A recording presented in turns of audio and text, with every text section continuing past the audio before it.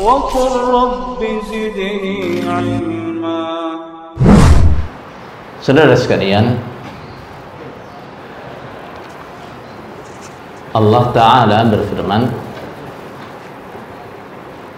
وَمَنْ أَحْسَنُ قَوْلًا مِمَّنْ دَعَا إِلَى اللَّهِ وَعَمِلَ صَالِحًا وَقَالَ إِنَّنِي مِنَ الْمُسْلِمِينَ. Tidak ada yang lebih baik ucapannya daripada orang-orang yang berdakwah, mengajak ilallah, kepada Allah, wa amila salihan, dan dia beramal saleh, wa qala innani minal muslimin, dan dia mengatakan aku adalah seorang muslim.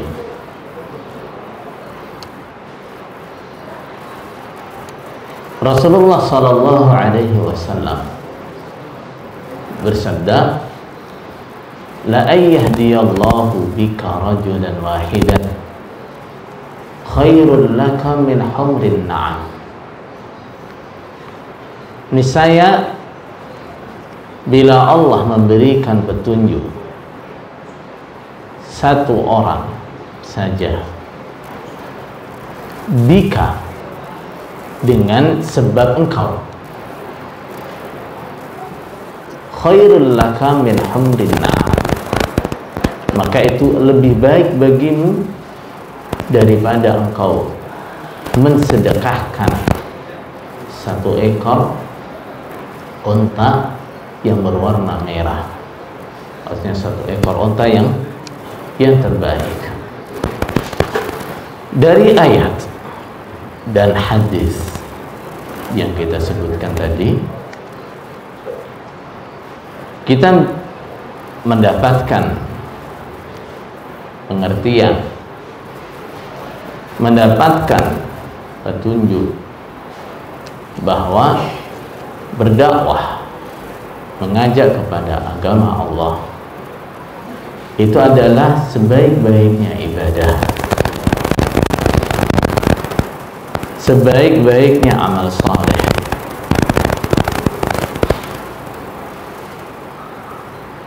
Apalagi ketika kita berdakwah di kalangan keluarga kita, orang-orang terdekat kita, maka itu juga sekaligus menetapi apa yang Allah perintahkan, qu anfusakum wa ahlikum nara. Dikarenakan di dalam dakwah itu tidak bisa dihindarkan dari berbicara tentang kekeliruan, berbicara tentang kesalahan, atau bahkan berbicara tentang seseorang. Maka kita harus punya ilmu nih, terutama kaidah-kaidah, panduan-panduan ketika kita berbicara tentang orang lain. Tujuannya apa? Jangan sampai dakwah yang seharusnya menjadi ibadah yang paling mulia, amal soleh yang paling besar, justru hanya menjadi ajang untuk olok-olok, saling membuli, saling ghibah, saling caci.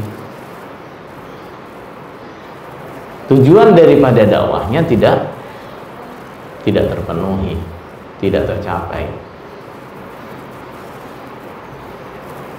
Maka dalam kesempatan kita kali ini, kita akan berbicara tentang manhaj, atau metode atau kaidah-kaidah yang diajarkan dalam Al-Quran maupun Sunnah ketika kita berbicara tentang orang lain. Kaidah yang pertama yang harus kita perhatikan ketika kita akan berbicara tentang orang lain adalah jangan lupa takut kepada Allah. Takut kepada Allah ketika kita berbicara tentang orang lain. Jangan sampai apa yang kita klaim sebagai ini bagian daripada dakwah, sebenarnya itu hanyalah ghibah dan sebagainya.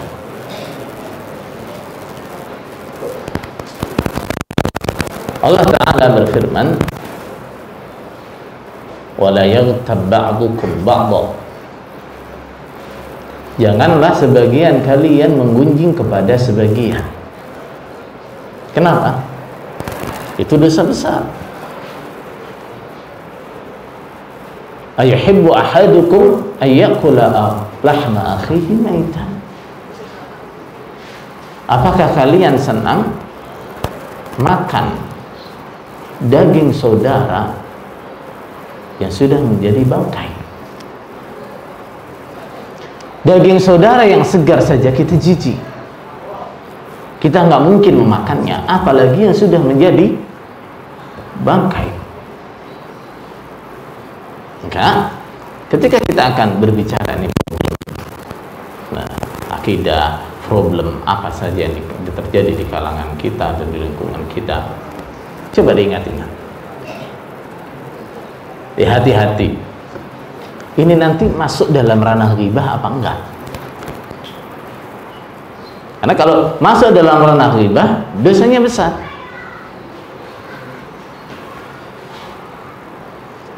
Ghibah itu apa? Rasulullah SAW bersabda, ghibah itu adalah dzikruka akhaka bima yakrahu. Engkau menceritakan atau membicarakan saudaramu dengan hal-hal yang dia tidak suka. Artinya apa? Membicarakan kejelekannya. Itu namanya ghibah. Ada sahabat yang pertama, afara'aita in kana fi akhi ma aqul. Wahai Rasulullah, bagaimana pendapatmu bila apa yang aku bicarakan itu benar-benar ada dalam saudaraku? Memang dia begitu.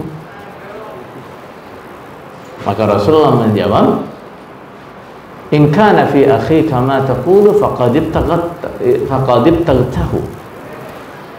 Bila di dalam saudaramu terdapat apa yang engkau bicarakan, berarti engkau telah menghibahnya. Wa illa faqad bahattahu. Tapi kalau enggak ada, berarti kamu menggunjingnya, menfitnahnya.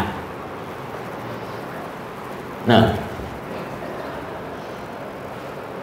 jadi ketika kita akan berbicara nih, harus hati-hati, ini termasuk ghibah apa enggak nih? Jangan sampai katanya dakwah, amal soleh, tapi ternyata yang dihasilkan di situ adalah dosa.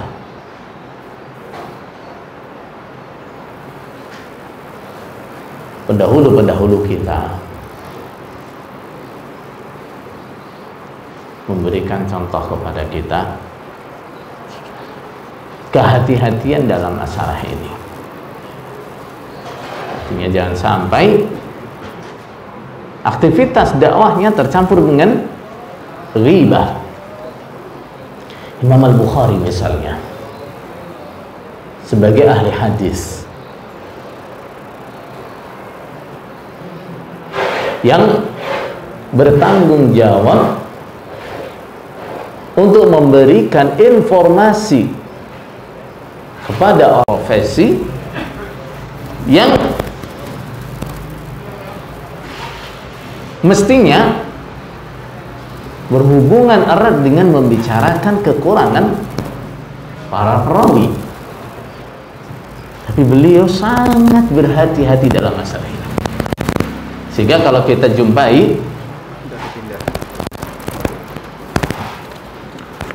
mobil dengan plat B2864 supaya dipindahkan.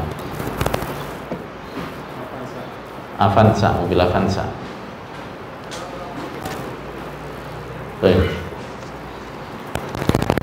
Imam Bukhari,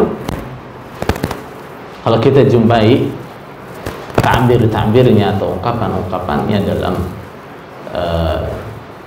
menilai para perawi-perawi hadis sangat halus sekali.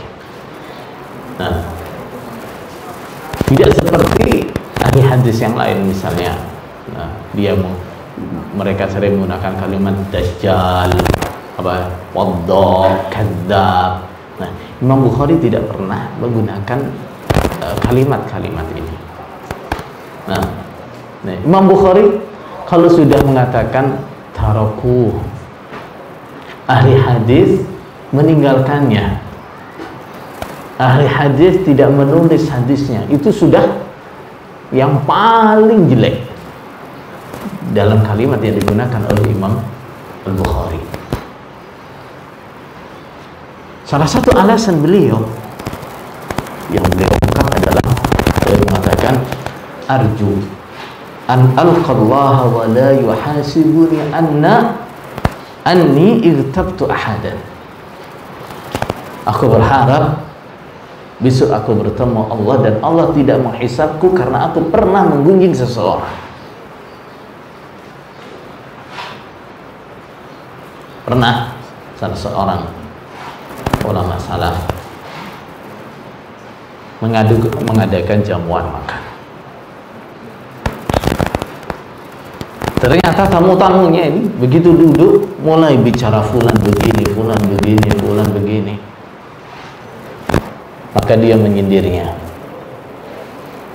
Kalau dulu biasanya orang itu makan roti dulu baru makan daging. Nah, makan roti dulu baru makan daging sebagai apanya? Sebagai lauknya. Nah, tapi kalian ini aneh, makan daging dulu baru makan rotinya. Masa betul? Sindiran dia. Nah, sindiran dia. Nah, kalian ini datang di majelis, nah, sebenarnya buat makan malah sudah menghibah dulu. Nah, untuk itu para ulama juga sudah memberikan kita panduan. Nah, apa yang tidak termasuk ghibah, apa yang termasuk ghibah. Nah, salah satunya ada yang mengumpulkannya dalam bait al-qadhu laisa bighibatin fi sittatin. Mencela itu tidak termasuk ghibah dalam 6 perkara. Mutadallimun wa mu'arrifun wa muhadzirun. Yang pertama adalah mutadallim, orang yang mengadukan penganiayaan yang menimpa dirinya. Dia dianiaya entah badannya atau hartanya, kemudian dia mengadu kepada aparat, mengadu kepada pengadilan. Itu membicarakan apa itu? Membicarakan kekurangan, kejelekan seseorang. Tapi ini tidak termasuk ghibah, tidak termasuk ghibah. Termasuk misalnya seperti yang disabdakan oleh Rasulullah sallallahu alaihi wasallam, matlul ghaniyyi yuhillu irdahu. Menunda-nundanya orang yang kaya, orang yang mampu untuk membayar hutang, itu menjadikan halalnya kehormatannya. Maksudnya apa?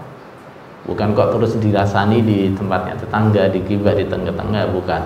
Tapi diadukan kepada yang berwenang, pengadilan. Ini dia sudah hutangnya jatuh tempo, lama nggak dibayar, padahal dia mampu. Yang pertama, orang tidak dianggap ghibah ketika membicarakan kejelekan orang lain ketika dia minta tolong kepada aparat atau kepada orang yang berwenang karena dia dianiaya. Yang kedua adalah wa mu'arrif. Wa mu'arrif, apa itu? Untuk ta'rif. Ta'rif itu apa? Menyebutkan sifat seseorang yang dengan sifat itu dia bisa dikenal. Misalnya kalau dalam kitab hadis ada rawi yang sering disebut dengan al-a'raj, al-a'mash. Nah, al-a'raj itu apa? Orang yang pincang. Al-a'mash itu orang yang buta sebelah, itu namanya a'mash. Dia memang punya nama, tapi nama dia tidak tidak lebih dikenal daripada sifatnya dia. Umumnya orang ketika disebut nama dia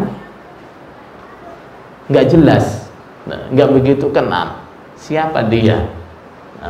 Di kalangan penuntut ilmu dia lebih dikenal dengan apa? Sifatnya dia yang pincang itu tadi, atau matanya dia yang buta sebelah. Nah, sehingga untuk jelasnya riwayat kemudian dikatakan si fulan al-a'raj.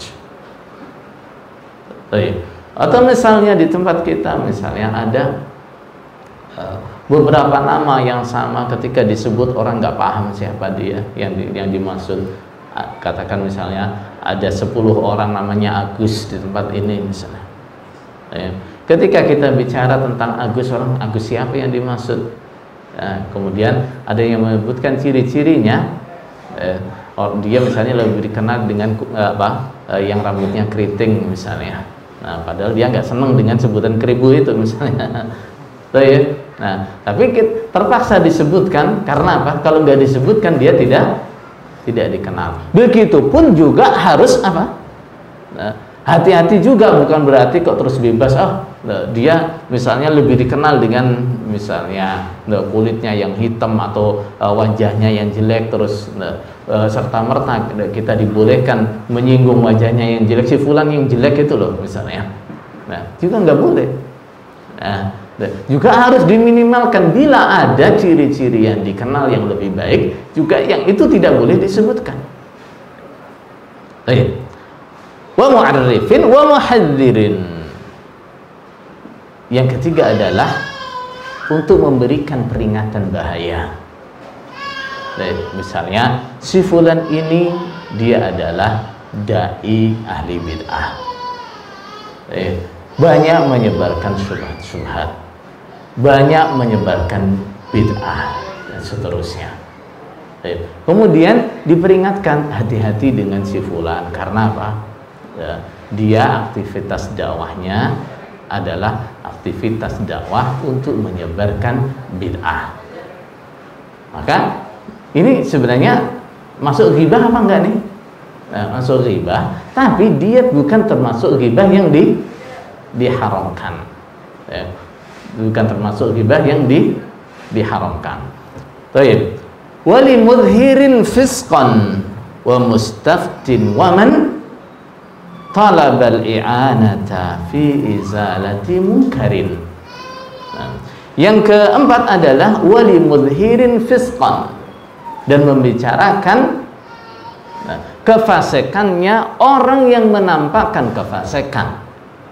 Orang ini terang-terangan menunjukkan di depan orang banyak bahwa dia orang yang ahli zina misalnya, bahkan sengaja misalnya mendirikan atau membuat tempat prostitusi di tempatnya misalnya. Ini adalah orang yang terang-terangan dengan kefasikan. Dia pengedar narkoba misalnya. Nah, ini adalah orang yang menampakkan atau terang-terangan dengan kefasikan. Yang seperti itu boleh disebutkan. Nah, boleh disebutkan untuk apa? Supaya orang hati-hati dengan dia. Wa mustaftin, dan orang yang minta fatwa. Nah, kadang fatwa itu diminta berhubungan dengan masalah seseorang dengan orang lain.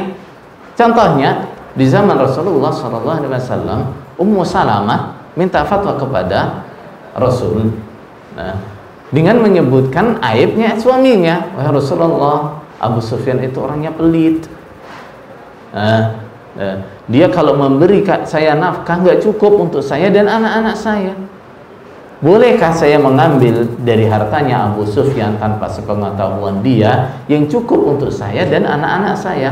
Rasulullah SAW menjawab, boleh, silahkan ambil dari hartanya yang cukup untuk kebutuhanmu dan anak-anakmu. Nah, ini minta fatwa dengan apa? Menyebutkan kejelekannya suaminya. Boleh nggak yang seperti itu? Boleh. Wa man talaba al-i'anata fi izalati munkarin. Nah, dan orang yang minta tolong untuk menghilangkan kemungkaran. Ada kemungkaran terjadi, saya nggak bisa untuk menindak karena apa? Saya bukan aparat, saya bukan siapa-siapa. Kemudian saya lapor ke aparat, di sana ada terjadi kemungkaran, misalnya ada praktek perjudian, ada praktek prostitusi, ada apa kemungkaran yang harus diingkari, tapi dia tidak punya kemampuan, dia lapor. Nah, ini adalah 6 perkara yang membicarakan kejelekan di tempat ini juga apa? Tidak termasuk ghibah yang diharamkan. Nah, maka ketika kita akan berbicara ini tentang seseorang atau tentang suatu kelompok, ditimbang dulu termasuk dari 6 ini apa enggak. Gitu ya. Nah, kemudian ketika kita membicarakan tentang misalnya tahdzir atau kefasikan seseorang misalnya, yang dibicarakan apanya? Apa yang kita tahdzir itu, misalnya dia adalah penyeru akidah yang menyimpang misalnya, yang kita bicarakan apanya? Apa penyimpangannya? Gitu ya. Apa penyimpangannya? Bukan kemudian membicarakan orangnya, membicarakan fisiknya, misalnya masalah-masalah yang tidak ada hubungannya dengan penyimpangannya, nggak boleh. Nah, itu tidak boleh. Nah, kalau yang dibicarakan sudah yang diserang pribadinya, nah, fisiknya, keluarganya, nah itu termasuk apa? Termasuk ghibah. Baik. Ini kaidah yang pertama. Jangan sampai pembicaraan kita menyimpang dari dakwah menjadi ghibah. Nah, baik. Kemudian yang kedua adalah taqdimu husnidzan, mengedepankan prasangka yang baik. Kaidah ini kita ambil dari firman Allah Ta'ala, ya ayyuhalladzina amanu jtanibu katsiran minadh-dhann. Wahai orang-orang yang beriman, jauhilah kebanyakan dari prasangka. Maksudnya di sini adalah prasangka buruk. Inna ba'dadh-dhanni itsm. Karena sebagian prasangka, maksudnya prasangka yang buruk itu adalah dosa. Jauhi prasangka yang buruk. Saudara sekalian, terkadang sebagian orang ketika mendakwahi saudaranya, dijelaskan berkali-kali kok ia masih tetap nggak nerima, langsung diberi label yang apa? Mu'anid, misalnya dianggap saudaranya langsung dianggap apa? Mu'anid, pembangkang. Nah, apa buktinya dia mu'anid? Saya sudah jelaskan dalilnya, saya sudah jelaskan bagaimana pengertiannya, tapi dia tetap membantah. Nah, berarti dia ini menolak kebenaran. Ini termasuk apa nih? Su'udzan. Nah, termasuk apa? Su'udzan, berprasangka buruk. Gak boleh. Nah, kenapa? Nah, syubhat itu terkadang memang sangat sulit dihilangkan. Mungkin menurut kita apa yang kita jelaskan sudah sangat jelas, apa yang kita sampaikan sudah sangat terang menurut kita, tapi dia belum merasa jelas, belum merasa terang dengan apa yang kita jelaskan, sehingga nggak bisa terus kita buru-buru berprasangka buruk. Wah, ini orang ini mau aneh ini. Belum tentu. Nah, walaupun menurut kita sudah jelaskan sejelas-jelasnya. Baik, harus berprasangka yang baik. Nah, begitu juga perilaku-perilaku buruk yang kita dapatkan dari orang-orang yang kita dakwahi atau yang mukhalif, kita juga harus menyikapinya dengan apa? Husnudzan. Husnudzan, berprasangka yang baik. Nah, gimana sangkaan baik kita ketika saudara kita memperlakukan kita dengan perilaku yang buruk? Kita sangka baik, dia begitu itu bukan karena dia orangnya jelek, orangnya jahat, nggak bagus, bukan. Nah, dia berbuat begitu karena dia memang nggak tahu. Seandainya dia tahu, dia nggak akan begitu. Kemudian kaidah yang berikutnya membicarakan seseorang itu harus berdasarkan ilmu, harus adil dan fair. Harus berdasarkan ilmu. Ilmu apa? Ketika kita akan membicarakan seseorang, yang pertama, ilmu yang harus kita dapat adalah benarkah dia melakukan seperti apa yang hendak kita bicarakan.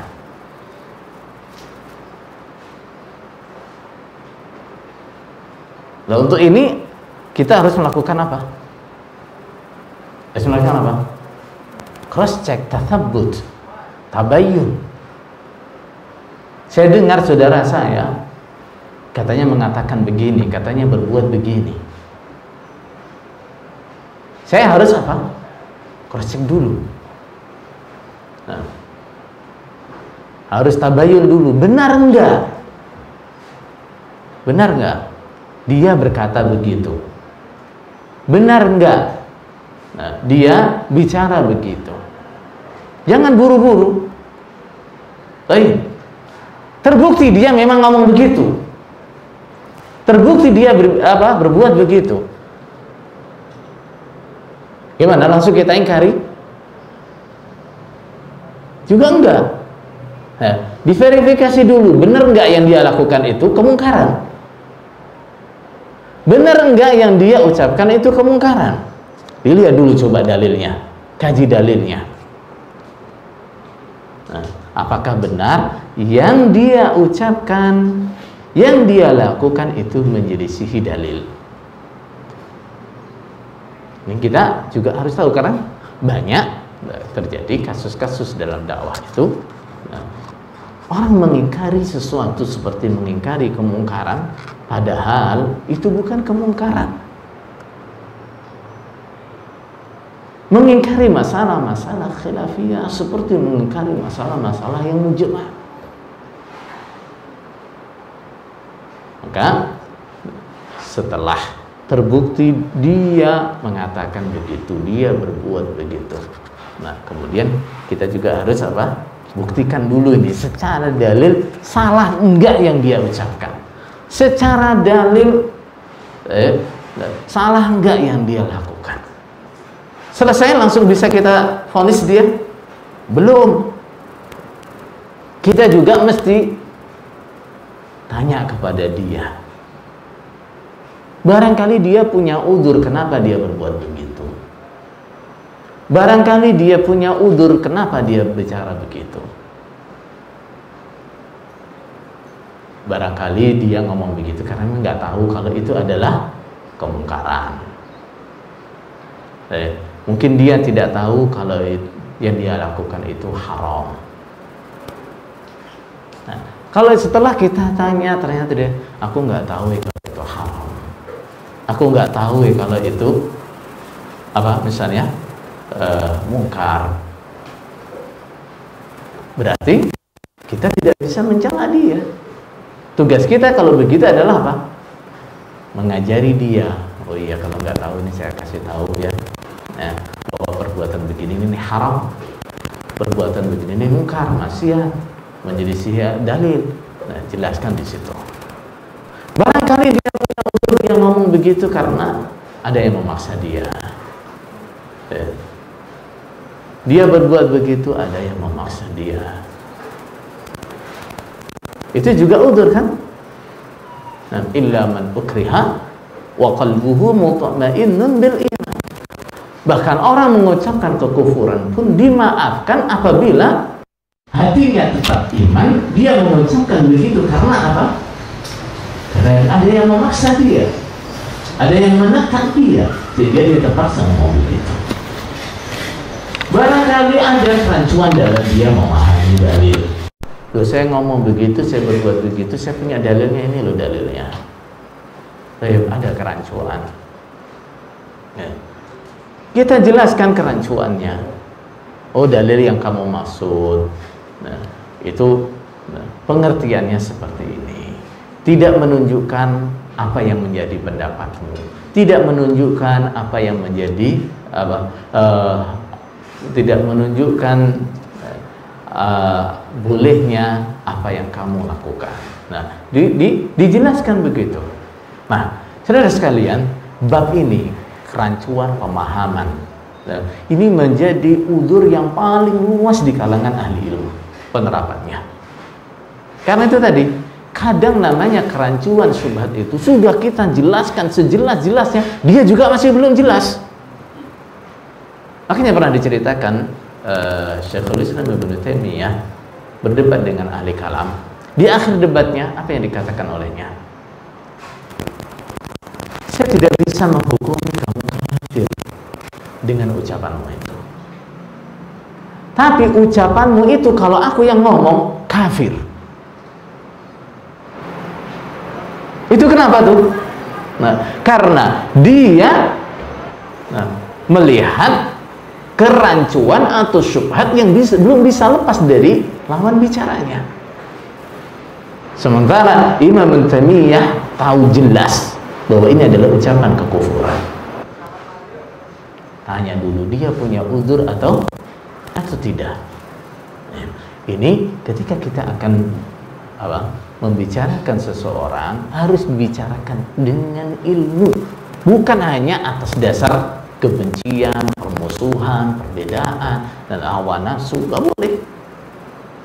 Cara-cara mengkritik seseorang atau membicarakan seseorang hanya berdasarkan syahwat, hanya berdasarkan hawa nafsu, semangat permusuhan, itu adalah cara-caranya ahli bid'ah, bukan cara-cara yang dianjurkan dalam Al-Quran dan sunnah. Harus berdasarkan ilmu, harus adil. Apa adil itu? Kalau apa yang dia katakan benar, harus diakui ini kebenaran. Kalau apa yang dia katakan baik, harus diakui itu sebagai kebaikan. Jangan karena ada perbedaan, ada permusuhan, semua dikritik, semua disalahkan, padahal itu benar. Namanya nggak adil. Nah, atau juga jangan melebih-lebihkan kejelekannya. Ini memang salah, ini memang jelek, tapi jangan dilebih-lebihkan. Jangan menambahkan kejelekan yang tidak dilakukan. Baik. Kemudian kaidah yang berikutnya, ini masih bagian dari kaidah yang sebelumnya, yaitu adil dalam mensifati atau menvonis atau melabeli orang lain.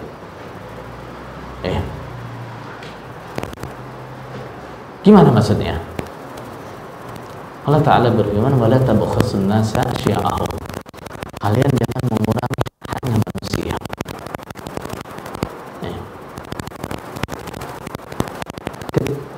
Ketika kita dakwah ini memang tidak luput dari membicarakan penyimpangan-penyimpangan, tidak luput dari membicarakan kemungkaran-kemungkaran baik yang dilakukan oleh seseorang ataupun suatu kelompok.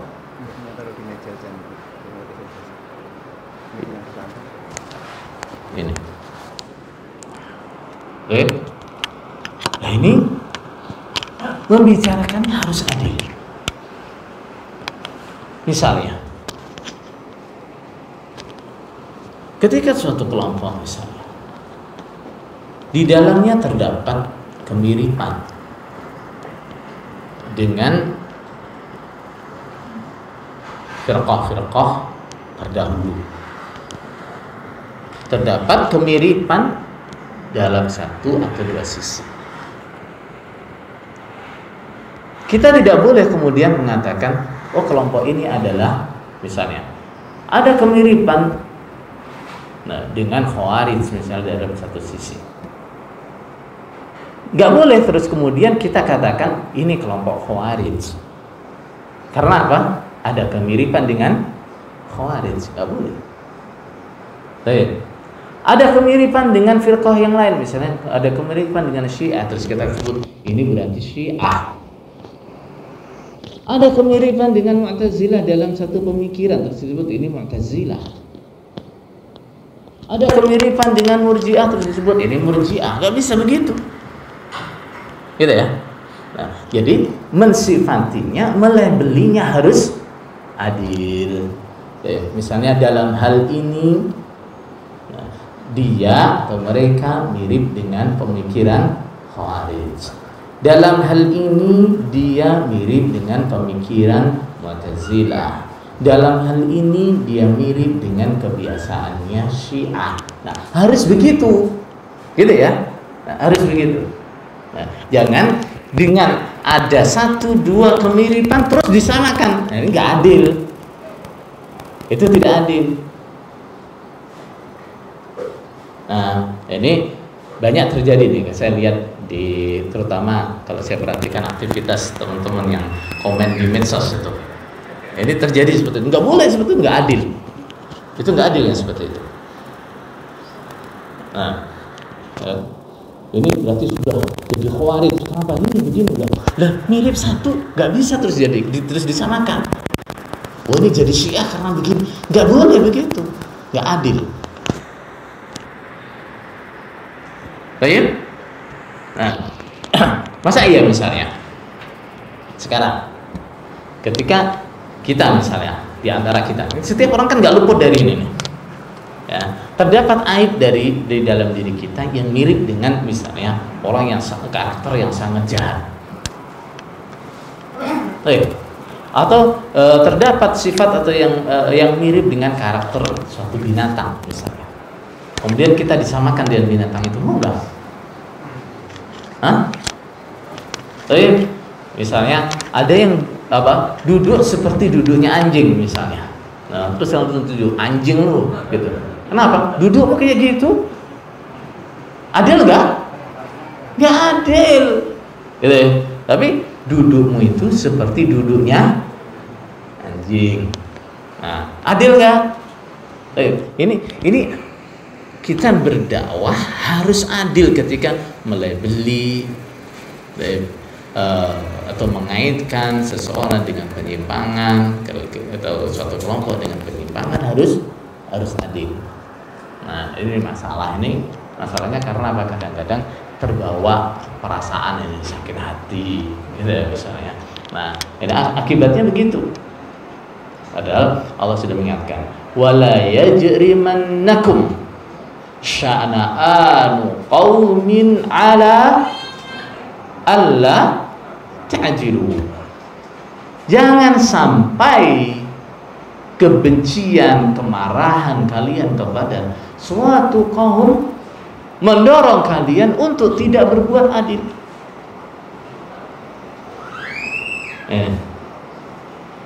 Orang boleh marah, orang boleh benci, tapi jangan sampai kemudian dia berbuat melampaui batas, berbuat aniaya, meninggalkan keadilan hanya karena apa?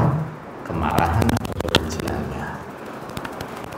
Harus adil ketika apa? Nah, ketika menilai seseorang harus adil. Termasuk bagian dari keadilan adalah ketika menjelaskan sifat seseorang atau suatu kelompok, jangan hanya disebutkan kekurangannya, jangan hanya disebutkan jeleknya. Kalau dia punya kebaikan, sebutkan kebaikannya. Jangan yang disebutkan kejelekannya tok, nggak boleh. Nah, kita diberi contoh oleh Imam Az-Zahabi misalnya. Ketika dia membicarakan Al-Jahil, Al-Jahil dia seorang Mu'tazilah, orang yang akidahnya Mu'tazilah. Imam Az-Zahabi ketika membicarakan sosoknya Al-Jahil, apa yang dia katakan? Al-allamah al-mutabahhir dzul fununi wa kana ahad al-adhkiya'i. Al-Jahil itu adalah al-allamah, ilmunya banyak, orang yang sangat berilmu. Al-mutabahhir, nah, apa mutabahhir itu biasanya mana ya? Nah, ilmunya luas, wawasannya luas. Dzul funun, menguasai banyak bidang ilmu. Wa kana ahad al-adhkiya, dia termasuk salah satu orang yang sangat cerdas. Nah, dia sebutkan ini kelebihan-kelebihannya. Nah, kemudian kritikan atau tahdzir yang akan disebutkan baru disebutkan. Wa kana majinan qaliladdin, dia itu seorang yang majin. Apa majin itu? Nah, suka pembahasan yang jorok, ya, omongan yang porno, omongan yang kotor, ya, atau omongan-omongan yang enggak ada manfaatnya. Orang cuma suka dagel dan seterusnya. Itu namanya apa? Majin. Nah, majin. Nah, qaliladdin, sedikit agamanya. Orangnya nggak begitu peduli dengan agama. Lahun nawadir. Nah, banyak ucapan-ucapannya atau perilaku-perilakunya yang aneh, yang nyeleneh. Nah, ini contoh keadilan. Bahkan ketika ulama-ulama membicarakan sosoknya Hajjaj bin Yusuf, siapa yang nggak kenal? Mungkin kalau kita yang bicara nggak ada yang nggak ragu mungkin nyebutnya dia kafir misalnya. Tapi ulama-ulama ketika membicarakan Hajjaj bin Yusuf, apa bahasa mereka? Dia itu punya banyak kebaikan, banyak jasa terhadap Islam yang tenggelam dalam lautan dosanya. Yang tenggelam dalam lautan dosanya. Jasa-jasa dia kepada Islam nggak diingkari oleh para ulama. Dia punya banyak jasa.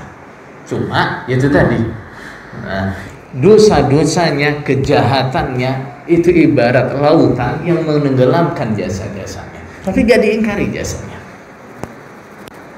Nah, jadi harus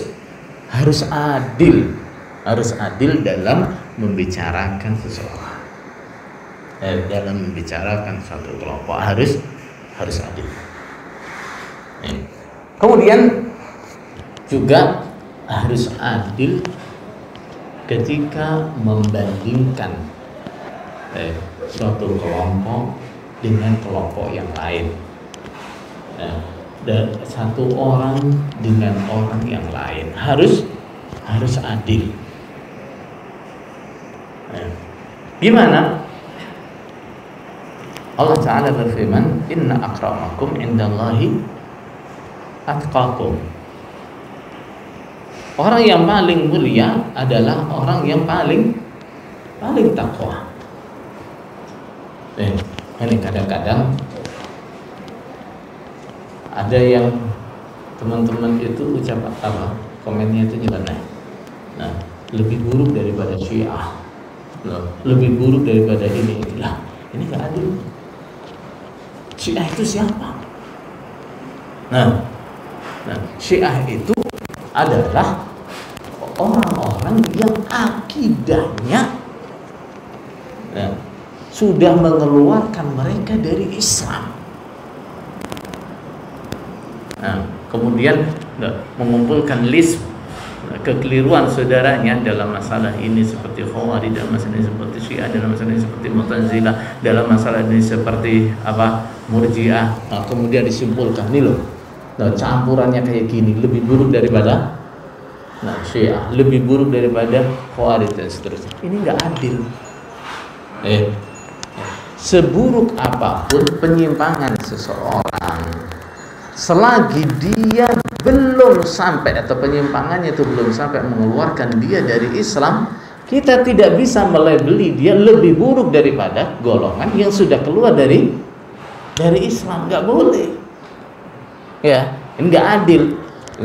Ini kalau caranya seperti ini nggak beda dengan caranya orang Yahudi. Ya dah. Nah, orang-orang Yahudi untuk meraih simpatinya orang-orang Quraisy, ketika orang-orang Quraisy tanya kepada mereka, nah, bagaimana menurutmu, menurut kalian agama kami lebih baik, apakah agamanya orang Nabi Muhammad dan teman-temannya? Nah, orang-orang Yahudi menjawab apa? Nah, agama kalian lebih baik daripada agamanya Muhammad. Nah, sama enggak tuh jadinya? Mirip. Nah, mirip perilaku yang sama. Jadi membandingkan seseorang dengan orang lain harus dengan yang adil. Nah, masa iya misalnya orang kafir dengan kekafirannya, nah, kemudian dianggap lebih afdal, lebih baik daripada orang iman, walaupun dia banyak penyimpangannya? Nggak bisa, saudara. Ya, tidak bisa. Orang kafir sebaik apapun kekafirannya itu tidak bisa menutup tidak bisa ditutup dengan kebaikan-kebaikan. Nggak bisa. Sebanyak apapun kebaikan orang kafir tidak bisa menutup kekafirannya, nggak bisa. Sedangkan orang iman, sebesar apapun dosanya, sebesar apapun kejelekannya, selagi imannya masih tersisa, masih terbuka peluang bagi dia mendapatkan pengampunan dari Allah. Innallaha la yaghfiru an yushraka bih wa yaghfiru ma duna dzalika liman yasha. Dosa itu kalau sudah sampai syirik akbar, Allah tidak akan memaafkan. Tapi selagi itu di bawahnya syirik, masih mungkin Allah memaafkannya. Ketika Allah menghendaki, maka Allah akan mengampuni dia. Jadi jangan keliru. Nah, kemudian mengatakan dia itu walaupun kafir masih lebih baik daripada si fulan, padahal fulan itu orang Islam. Ini keliru. Nah, inna akramakum indallahi atqakum. Nah, seseorang itu dicintai, kita berikan wala kita kepada dia dengan kadar apa? Dengan kadar kecocokan dia kepada syariat. Semakin dia cocok dengan syariat, maka semakin besar cinta kita kepada dia. Begitu juga al-bughd, permusuhan, kebencian kita kepada seseorang, juga ukurannya apa? Mukhalafah dia terhadap syariat. Nah, kita misalnya berselisih dengan seseorang, benci dengan seseorang karena apa? Karena penjelisihan dia terhadap syariat. Nah, ini juga harus diukur, dia nyelisihinya sampai di mana, gitu ya. Harus diukur, dia nyelisihinya sampai di mana. Apakah dia menyelisihi syariat sampai pada kekafiran? Kalau tidak, maka perselisihan kita dengan dia harus kita pahami, harus kita ingat, harus kita sadari. Ini adalah perselisihan orang Islam dengan orang Islam. Perselisihan yang tidak menghalalkan darah dia, perselisihan yang tidak menghalalkan kehormatan dia, perselisihan yang tidak menghalalkan harta dia.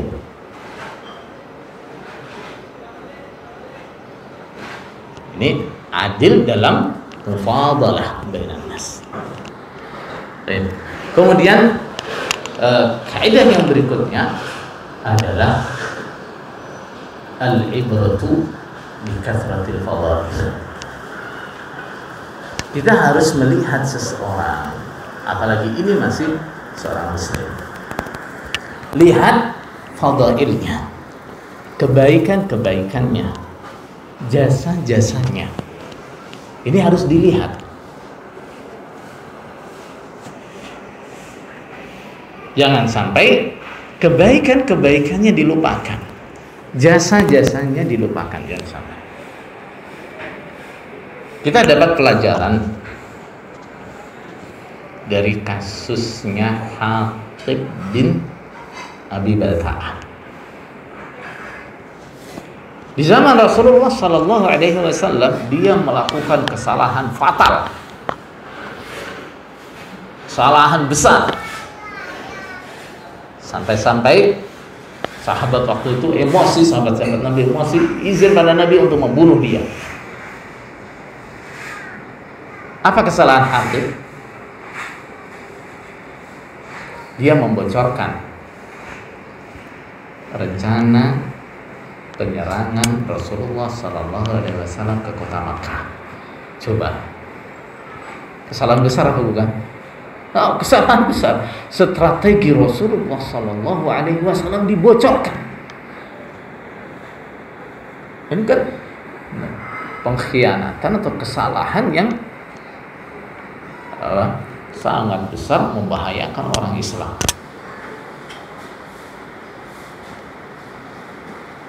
Kemudian karena besarnya kesalahan dia, sahabat-sahabat Nabi izin Rasulullah, biarkan saya penggal lehernya. Tapi Rasulullah mengatakan tidak, boleh. Kenapa? Karena dia adalah ahlul badr. Karena dia adalah ahlul badr. Dia termasuk orang Islam yang ikut dalam perang Badar. Ahli Badr itu termasuk yang dapat kepastian, dapat jaminan pasti masuk surga. Nah, orang-orang ahli Badr, Allah memberikan janji kepada mereka, i'malu ma syi'tum faqad ghafartu lakum. Nah, lakukan apa saja, dosa-dosa kalian sudah aku ampuni. Artinya kesalahan-kesalahan Ahlul Badr sudah dijamin oleh Allah pasti diampuni. Maka ketika sahabat-sahabat Nabi emosi, tidak menghakimi Hatib karena pengkhianatannya, nah Rasulullah mengingatkan mereka dengan jasanya Hatib. Hatib itu adalah orang yang ikut perang Badar. Itu adalah jasa besar. Nah, jasa besar yang tidak boleh dinafikan. Walaupun dia sekarang melakukan kesalahan besar, tapi dia memiliki jasa yang lebih besar. Nah, lebih setelah Rasulullah SAW menanyakan apa sih motivasinya Hatib.